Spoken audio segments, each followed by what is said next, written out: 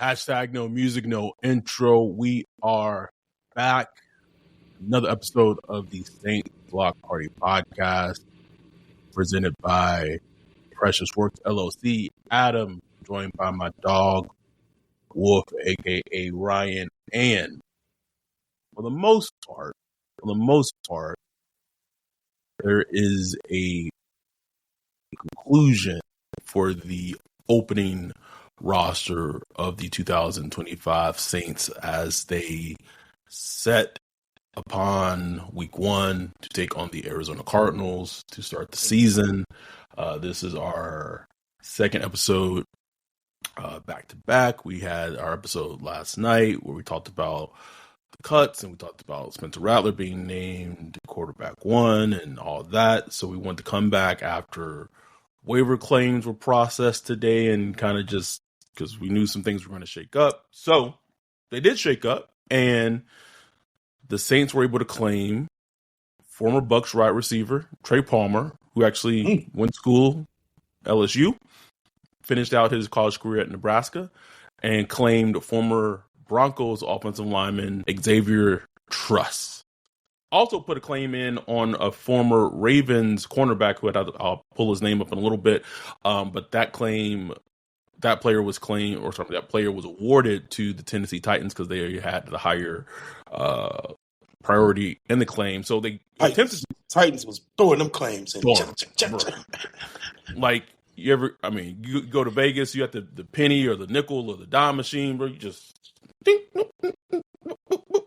those are the Titans. So the Saints would have claimed 3 players because the cornerback that I'm referencing, the Saints, the Dolphins, and the Eagles all put in claims for him, and the Titans. So 4 teams put in claims for the corner that the Ravens waived. Had it not been for the Titans, the Saints would have been awarded him because of where they fell in terms of the priority. But was it me, or did this seem like a more active? Maybe I just didn't pay attention close to the previous years. It just seemed more active. Maybe just because of where the Saints is right now, it seemed more active to me. It probably was because of that, because they haven't been 9 in a while. Right. I think that probably played a factor into it. Jalen Amar Davis, thank you, producer Dante. So if you're watching this on YouTube, please like and subscribe. So they would have had 3 players that they claimed on waivers, but it ended up being 2. To make the corresponding moves, they release Cedric Wilson and they release Jake Stoll. Leaving them with 2 tight ends currently in the roster. So we'll get into the big picture because I wanted to get your thoughts overall of where the roster is in totality. But let's talk about these roster claims. Chris, with the $50 super chat. Man, Chris, come on, bro. Come on, man. Much love, brother. He said for Ryan and Adam and Ryan's legendary 55 rant and Bishop Dante's sermon. Oh, shout out to Dante. Shout out to Dante, bro. Appreciate you, Chris. Much love. I don't even have a cup water tonight because it's not going to be that type of episode. We just want to hit some things.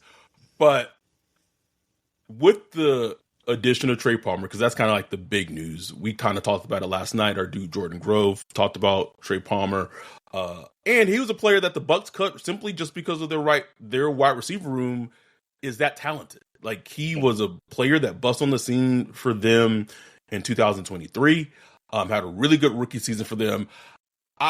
I was given the hint that the Saints potentially was going to put a claim in for him last night. I watched 2023 Trey Palmer, and I was like, man, this nigga is cooking a lot. Taking these clips, bro, was cooking both times Trey Palmer played the Saints in 2023, bro. He cooked the Saints, bro.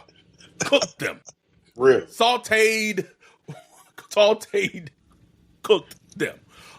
Had a really good season. Had some injury issues in 2024, but also if you just look at the Bucs receiver room, Mike Evans, Chris Godwin, who has injury issues, but he's they have the ability to let him come back and not rush him back. Emeka Buku, who they got in the draft, McMillan, who super talented, who also has injury issues, but he's is going to come back. And they drafted.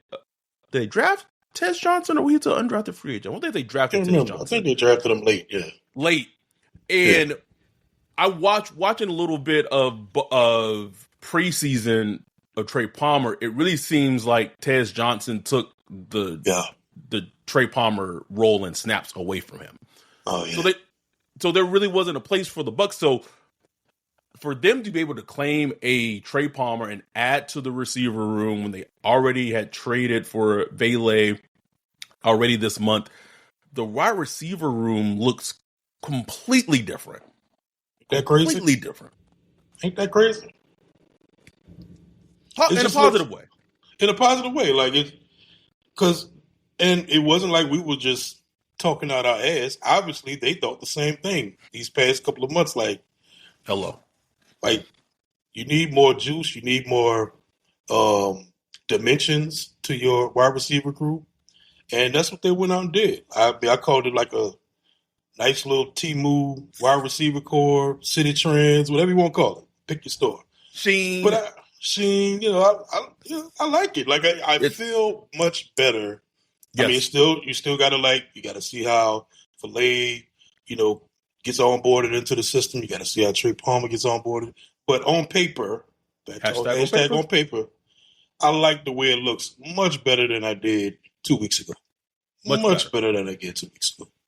And we was talking about Bub Means and Austin Jr. and all that. Cedric Wilson. Bye. It just feels it. It also feels more complete. And we talked about this too after the Vele trade. I also think that, honestly, had they not paid Brandon Cooks $7.7 million, bro, I don't think he'd be on the team right now. I really don't. Either me, bro. Bro, if he had like $1.5 million guaranteed, he'd be gone. Gone. They'd have just ate that. You know what I'm saying? But it's just too much to swallow. Some of that is just like too much, bro. Because I think it's an indictment of, they thought in terms of that contract they would be getting a lot more from him as a player, and I said this kind of in our Discord today, patreon.com/SaintsBlockParty, if you're not part of our Discord, but that essentially to me, the hierarchy in terms of the depth chart should be Olave, Shaheed, Vele, Trey Palmer, and Mason Tipton. Like, to me, like, Brandon Cooks is like wide receiver 6 on the roster, bro. Like, he shouldn't be active on game day. Woof. Like, them 7 M's should be inactive on game day unless there's an injury, honestly. Like, he should be like the, Chris Olave injury, insurance or something like that. Like, he is purely like just your shiny classic car that you keep in the garage, that got a little beat up engine. You know what I'm saying? Just keep that thing parked clean, bro. No reason to put wear and tear on it. Until next year when you gotta trade it in. Gotta finally trade it in. They claimed Xavier Truss. This is a day after them trading. So they claimed Xavier Truss and they traded for Azeem Richards from the Cowboys. So that's 2. They got 2 offensive linemen to add to their depth because their depth had taken a lot of hits with Salsa Verde injury, Will Clapp injury, the Landon Young injury. That's also on top of them trading for Fultner a couple of weeks ago in the Jags game. It was like, man, it's just crazy, just the business of the NFL. Because I listened to that the really quick interview with the Richards interview. He literally had just said he had just recently bought a house in Dallas because he was with the Cowboys and just crazy. All right, buddy. Now you got to find a place to live in New Orleans. Sure do, man. That's just the life, especially if you're not a pinned in starter with a long-term guaranteed contract. Nah, bro. That could happen anytime. just kind of back to Trey Palmer, and I watched quite a bit of him all 22 also. Um, it was hard for me to find like a negative. And Yeah, man. I was just kept like, well, why did they cut him? Like, why did they let him go? Yes. Because like this is a nice pickup, man. And I'm not saying he's gonna come in and give you like 1,000 yards or nothing like that, but like this is a nice pick. He's 24 years old. 24 years old.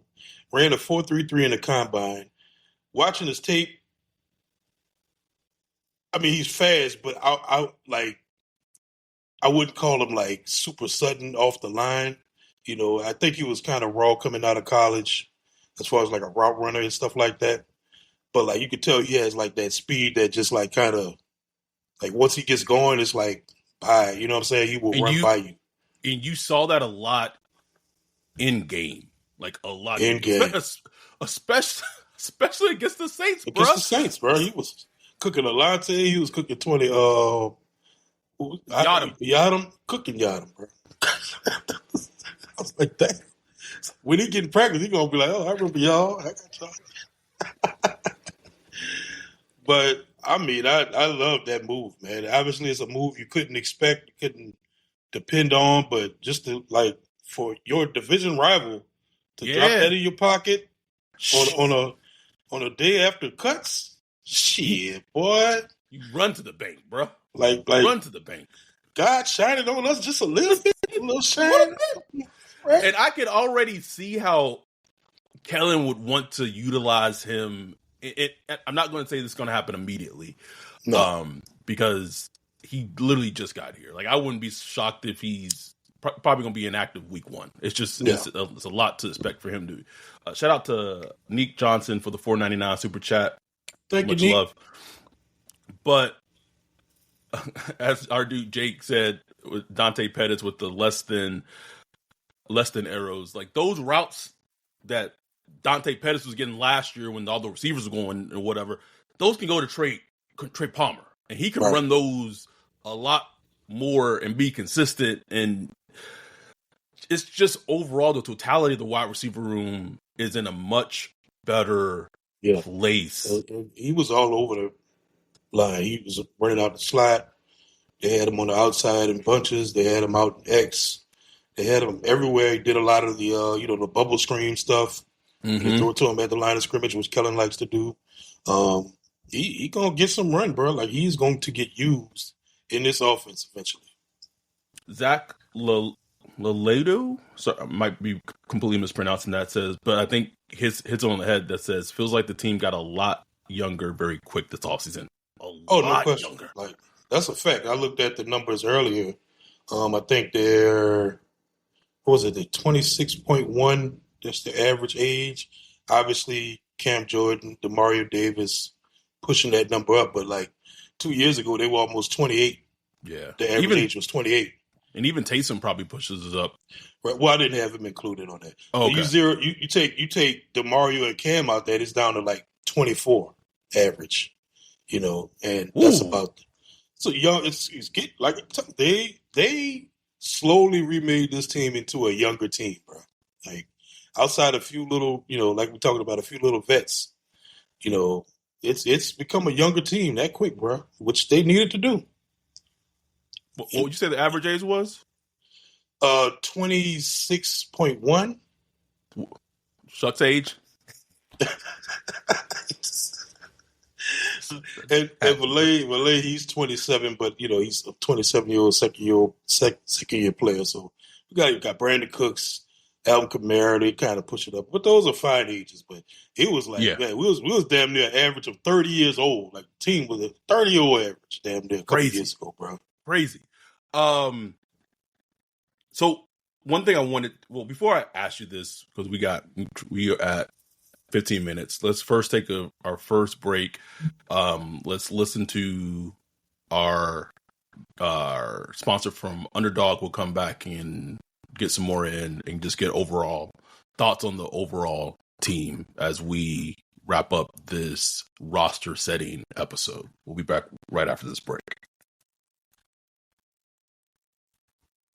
Football is back, and there's no better place to get in on the action than Underdog. It's the easiest way to make picks and win money all season long. Here's how it works. You make your picks. If you're right, you can win up to 5,000 times your cash, and you can play as little as for $1. This week, I'm looking at the Bucs versus Falcons matchup. I've got Mike Evans for higher than 1 touchdown and Kyle Pitts for lower than 50 yards. That's my card. Now it's your turn. Just download the Underdog app, sign up with promo code BLOCKPARTY, and you'll get $50 in bonus funds when you play your first $5. That's promo code BLOCKPARTY. Millions of fans have already won billions on Underdog. Will you be next? Underdog, make picks, win money. Must be 18 plus, 19 plus in Alabama and Nebraska, 19 plus in Colorado for some games, 21 plus in Arizona, Massachusetts, and Virginia, and present in a state where Underdog Fantasy operates. Terms apply. See assets.underdogfantasy.com/web/play and get terms _DFS_.html for details. Offer not valid in Maryland, Michigan, Ohio, and Pennsylvania. Concerned with your play? Call 1-800-GAMBLER or visit www.ncpgambling.org. In New York, call the 24/7 HOPEline at 1-877-8-HOPE-NY or text HOPE-NY 467-369. And we are back. So I'm looking at, shout out to all the viewers right now. We got like 60 concurrent viewers right now, 105 views.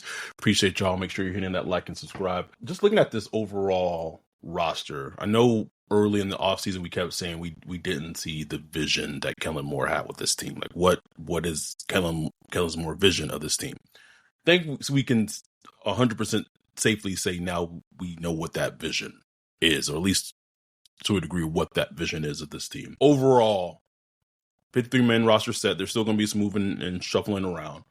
Thoughts on the current roster heading into week 1 against the Arizona Cardinals?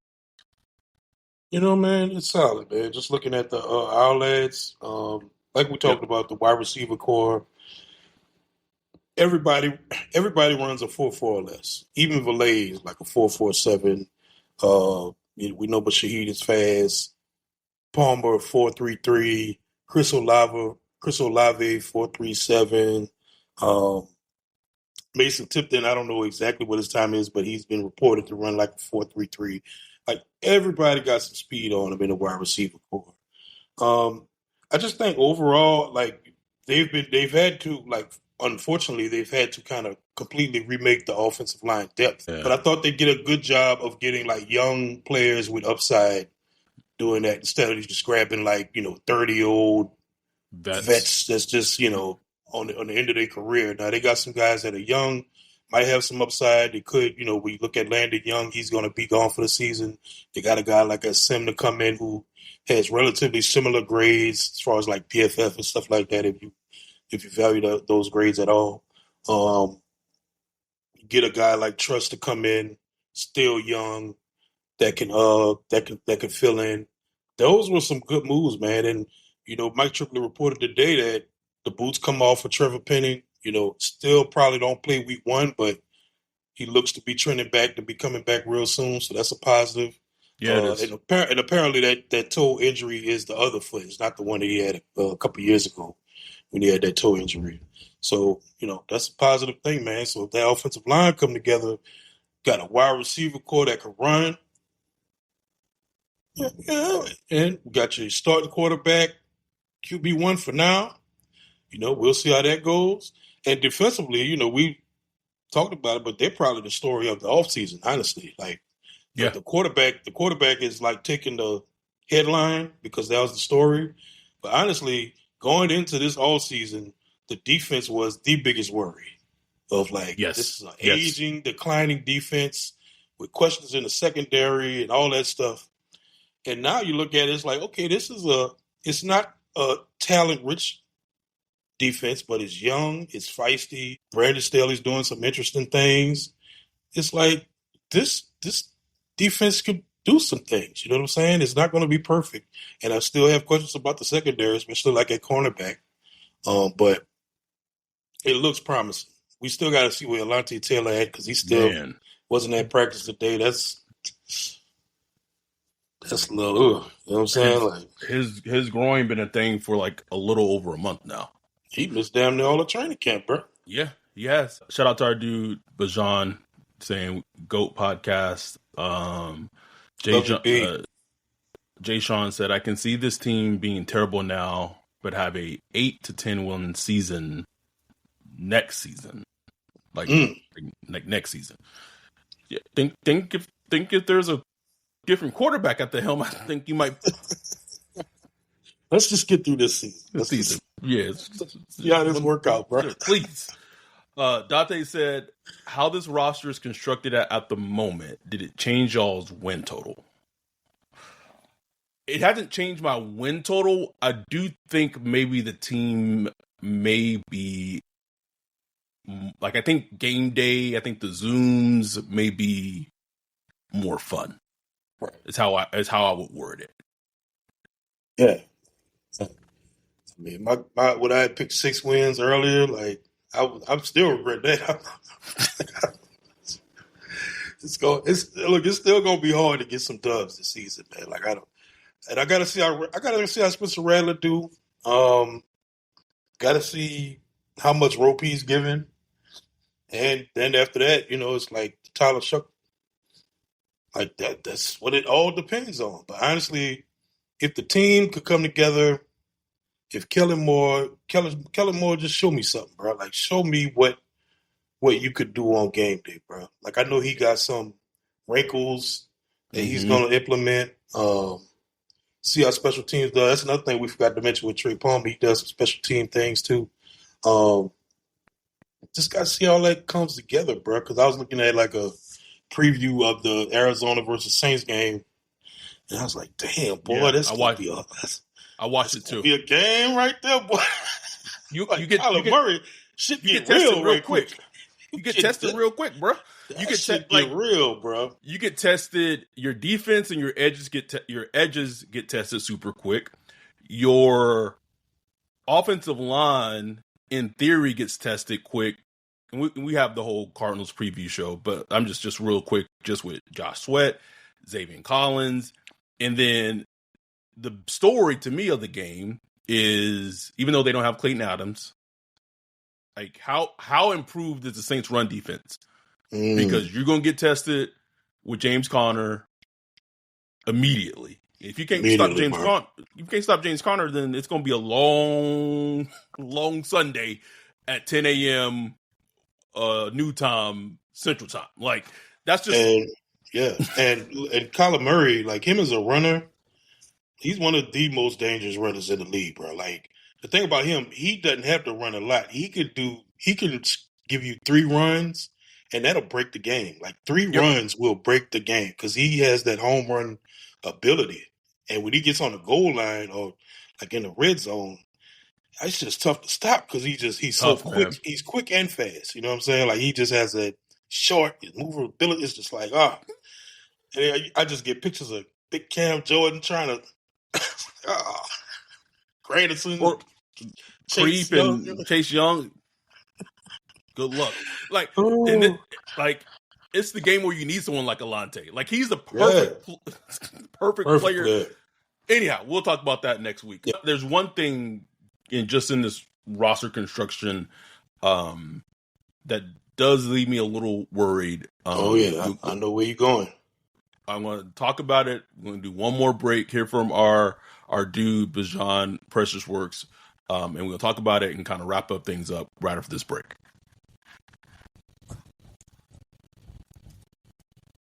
Yo, what up, Wolf? What are you looking at? Man, I'm checking out this website. This site is cheeks, bro. In 2025? How do you have a crappy website? Couldn't be me. They need to hit up our guy Bijan with Precious Works. Precious Works offers to not only build you a website that's tailored to you and your customers' needs, but also to continue to manage and maintain it so you can focus on your business. Don't have much time? Precious Works is just what you need. No out-of-the-box stuff like Squarespace or Wix. Precious Works will create a site for you. You won't have to worry about plugin updates, security, or things like that because Precious Works will maintain all of that and be available to you 24/7. Bijan set up Saints Block Party Podcast website for us a few years ago and hit it out the park. He also keeps it up to date and helps us anytime we want to add something new like a form or prospect matching tool that we did for the NFL draft. It's like having your own personal developer, just a text or a call away. Precious Works has worked with everyone from small businesses to large firms, so no job is too big or too small. If you're in the need of a website or you currently have one, but you want to upgrade it, give Bijan a holler at Precious Works. You can get with him at Bijan at Precious Works, BIJON at precious.works, or go to precious.works for his website. Make sure to tell him Saints Block Party sent you. We are back. Shout out to our dude Josue Sandoval with the $1.99 super chat. Appreciate y'all. So the last thing as we wrap up right quick is the Saints only have 2 active tight ends on the roster, Juwan Johnson and Moscato. Now, we'll talk about the practice squad because I know we need to talk about the practice squad before I forget. They do have Stoll and Walsh on the practice squad, so I do expect them to call them up and, them to be a part of the game plan. But if there's one thing that worries me in terms of the totality of the offense, man, it's that tight end room because it is ass cheeks, Ryan. It's bad. It's bad, bro. It's bad. It's ass, bro. Like it's terrible. It's terrible. Where I'm waiting for Foster Moreau to come back. It's like that's just. I can't root for Foster Moreau after last year, bro. I feel you, bro, but I mean, it's like from a football standpoint, they need him. Like they need him in the tight end room, man. Like, it is dire, bro. Like and it's nothing you can really do because like good tight ends just don't grow on trees. They're hard to find. You got to snatch them when you can. The draft is where you got to snatch them, bro. Fortunately, I'm not trying to go down. I'm just saying. I'm just saying that's where you got to draft. That horse has been beat. Okay. Yeah, I'm just saying. But still, it's like, golly. And Bijan asked a great question earlier. He was like, who is the blocking tight end? I'm like, I don't know. Why? It would be like that's why I 100% get the feeling where they're going to call up Stoll on because he's that. He would have to be that guy. Yeah, he would have to be that guy that they're going to bring up, especially depending on the opponent and stuff like that. But yeah, man, that tight end group is going to leave a lot to be desired. It sucks because with young quarterbacks, you want to have that just kind of stud, strong tight end that's consistent. Mm-hmm. And I mean, look, Juwan has had nice moments in his career, but consistent is never been his like redeeming quality. That's the only thing that's been holding him back, in my opinion, is his consistency. So, and maybe that changes this year. Maybe he becomes a consistent tight end, but they need somebody to catch 10 balls a game and just be there, sit in those soft zones and be able to, protect and all that stuff. And it's just I think that's just a ball he missed this year, bro. And he's just going to live with it. And that's the hole in their roster. It's just a hole. Is glaring. Zach asked, was there any interest in Dulcich? So I don't know. I don't know what players, I'm going to say this. I don't know what players that they had interest in adding to their practice squad. All I can say, what I was told was there were players that they had interest in adding to their practice squad, so I can't give out specific names of what players because I don't know, that their agents to their players, respectfully just did not want those players to be on the Saints practice squad. It's just what, and this is not me trying to like lambast the team. This is not me trying to make this seem pessimistic and be like negative. That's just where the state of the Saints are right now, y'all. Like, it just is. Like, I don't know who those players are. I don't know if Dulcich was part of that. I don't know, but I just know that a lot of agents in the league steer their clients away from the 504 right now. That's it. So even the fact that it was like even the practice squad did surprise me a little bit. It's like, damn. Like, well, it's like 400. It's like 400K. 400K is 400K, but like it is what it is. But it's part of the whole just operation being run right now and just making Loomis and everything. But anyway, let's talk about the practice squad. 15 players on it right now. As we quickly kind of wrap up, they did get Fidel Diggs back on the practice squad, which was the big one. I was gonna be hot if Fidel went somewhere, bro. It's gonna be hot.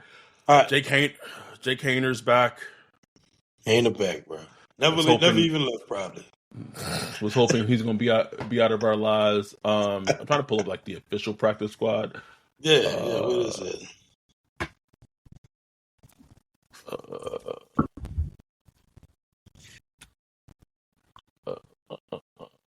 Oh, here it is. So it is Kevin Austin Jr., Terrell Burgess, Elliott Davidson, Deckers, Diggs, Hayner, Easton Kitley, who was the tackle, Jayton Price, the white cornerback, Nefi Sewell, Charlie Smith, the kicker, Jack Stoll. So it's not Jake, my bad. Jack Stoll, Trenton Welch, Jonah Williams, and Cedric Wilson Jr., wide receiver. Mm-hmm. Yeah, I mean, those were a lot of names that, almost on the roster, so that all makes sense. Glad they got Diggs back. Did mention that Rico Payton got claimed by who did he get claimed by? Giants, yeah. And DeMarco Jackson got claimed by the Bears. Fuck Dennis Allen. Shame on you, DeMarco. man, try to get paid, bro. I ain't mad at DeMarco. I don't care. Damn. Nah, that's good on him to at least keep a job in the NFL. Chase Garcia said Hayner Butler Eminem pulling the practice. Guess who's back? Back again. JD's back. Damn. Double up, bro. Key card was still activated, man. It still was, bro. And look, Easton Stick, he went. Where'd he go? Falcons practice squad. He said. So, this is it, man. Like, it's two quarterbacks on the roster. Jake ain't on the practice squad. Ain't no vet. I know people been scratching for it. I was listening to Drew Brees' interview earlier. He was saying he should bring up on a vet. But also, got Taysom Hill there. Like, he's a veteran quarterback. He's played quarterback. He's won at playing quarterback. Probably can study film better than anybody on a team because he looks at it from like 5 different dimensions. You know what I'm saying? So, but yeah, that's just the way it's set up now. It is, and I was gonna say the one thing that was interesting to me is that they didn't bring Davis back to the practice squad. Yeah, man, that's what I was looking for. Don't know if he upset someone, pissed someone off, but he didn't bring. I don't know. Those things we just don't know. Don't know. I don't know. I won't say this is a story of today because obviously that was Trey Palmer, but Foskey was not claimed, nor is he on an NFL team practice squad. Is what I was trying to tell a lot of people. Is like, oh, why you gonna go to the Eagles or something and just have all pro? Yeah, I'm like, no, you don't. You don't have to worry about that with him. At all. Trust me. Like it wasn't a worry in my mind at all. At all. Just not a good player, man. So good luck to you, buddy. Best Chevrolet salesman of the year. Insurance. 10,000 ways to make money in this world, man. Just, So, our dude, I'm blanking on his name. Told me that Nick Toon sells $1 million homes in Arizona now. Damn. Like a realtor in Arizona, sells legit $1 million homes in Arizona now. Hey man, Foskey. No, bro. Man, you the sack leader, most sacks in Notre Dame history, boy. You know how people love Notre Dame. Love people it, people that have never even been to Notre Dame love Notre Dame just because of Rudy, because of the movie. It's like you be all right, bro. You gonna be all right. Jay Sean said the next NOF cameraman.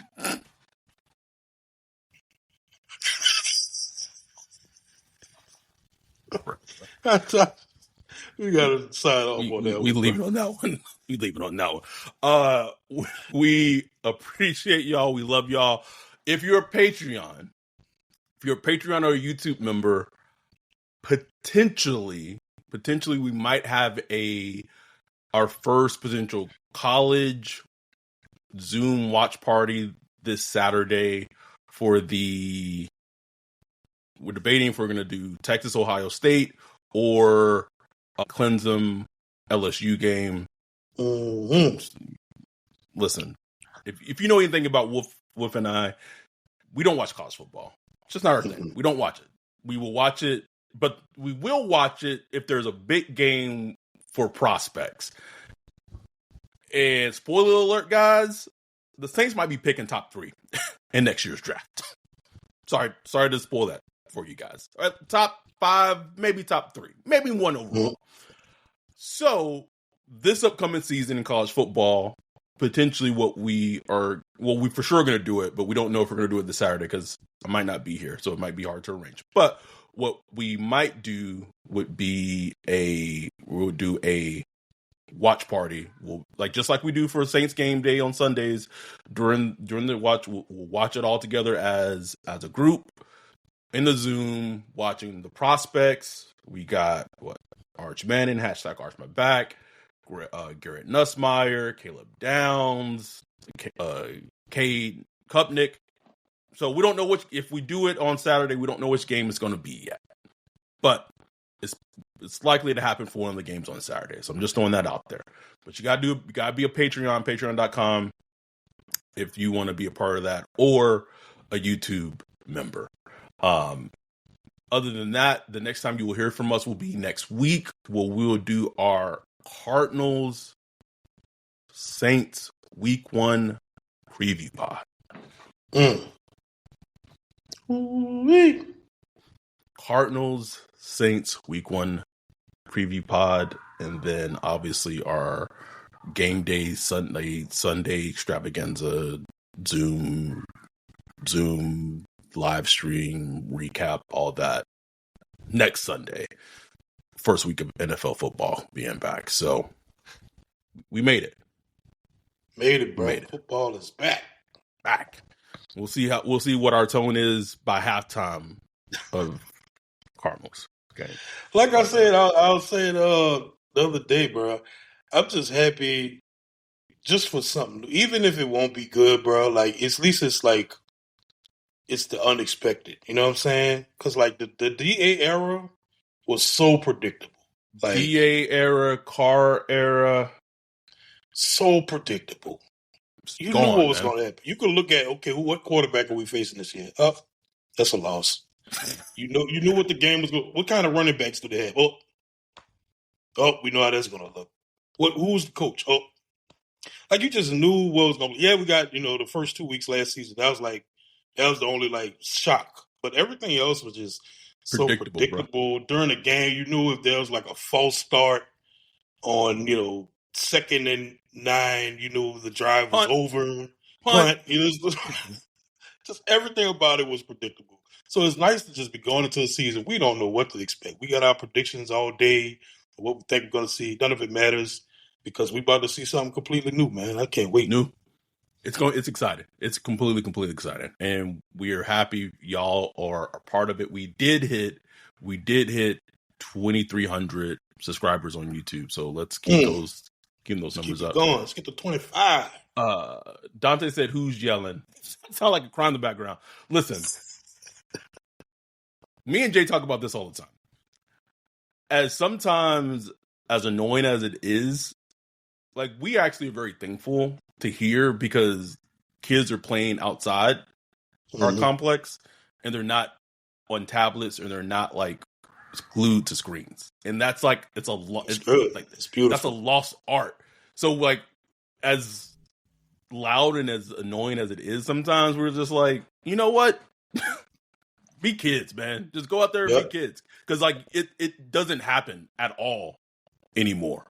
So man, growing up, you see just tons of kids outside on the bikes, spraying water hoses, climbing on trees, all type of stuff. You just rarely see that these days. That's all you see at our, like, if you go like in our complex, like in like the courtyard, you see kids playing in the courtyard all the time, and you just don't see it anymore. So like, as loud as it gets sometimes, we don't give two shits, bro. You give two shits. But unless it gets like a little late, and it's like, all right, whose baby kids is this at 11 I'm p.m.? calling the police.